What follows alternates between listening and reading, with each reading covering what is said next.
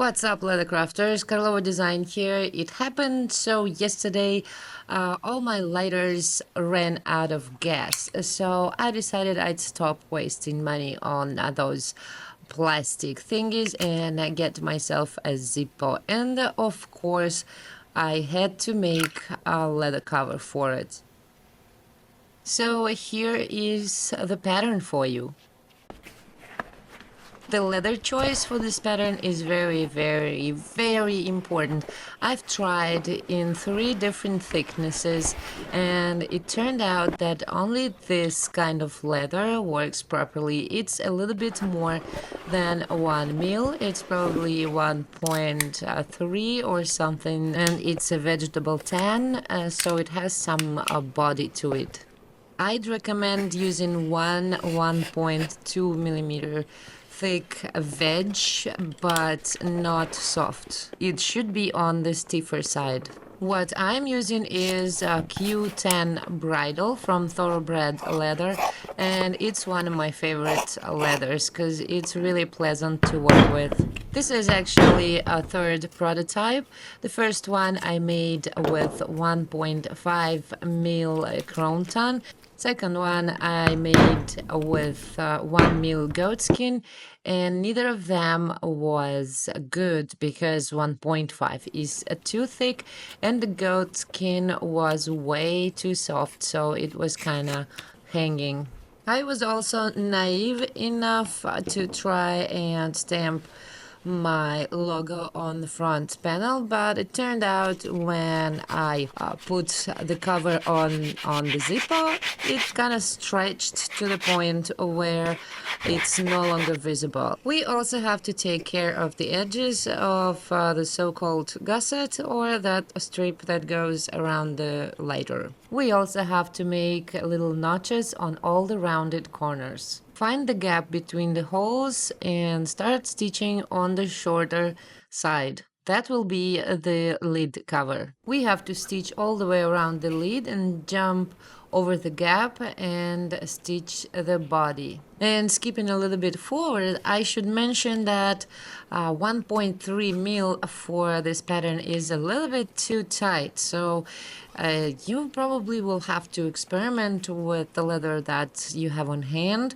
and if you feel like you cannot put it on the lighter, you might try printing the pattern at 102 or 105% and see if it fits better. For 1 mil and 1.2 mil, again, as I've mentioned, it's a perfect fit, but you can play around if you need to.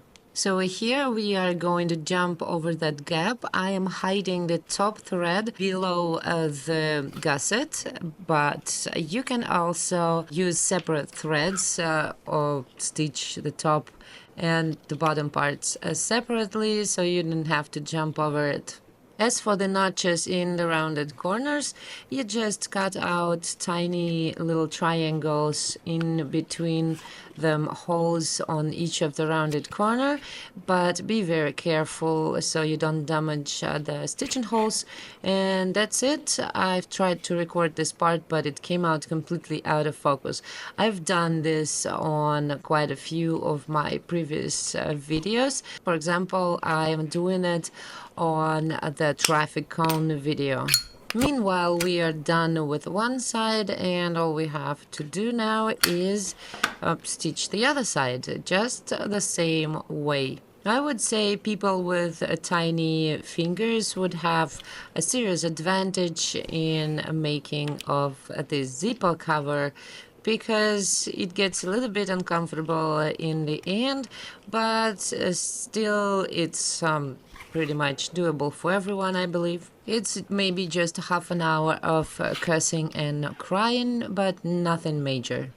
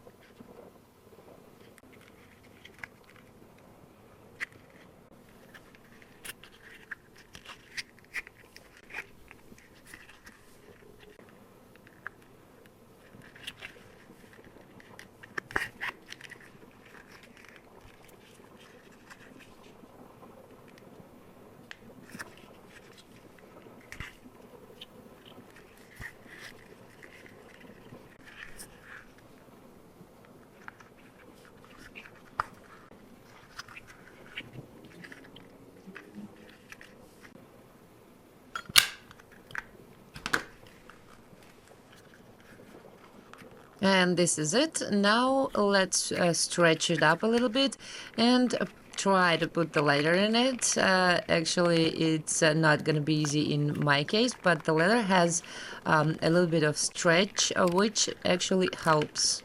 It was much easier with 1 mil leather, but it was a little too soft, so I didn't like the result. And now I'm going to polish it and give it a little bit of patina so it gets this used and loved look. I am using Antiqua Super, which is my favorite agent to polish the leather. As we can see, there is barely a trace of the logo left, all because of the stretch. Well, nevertheless, I like how it came out, and I'll see you in the next one.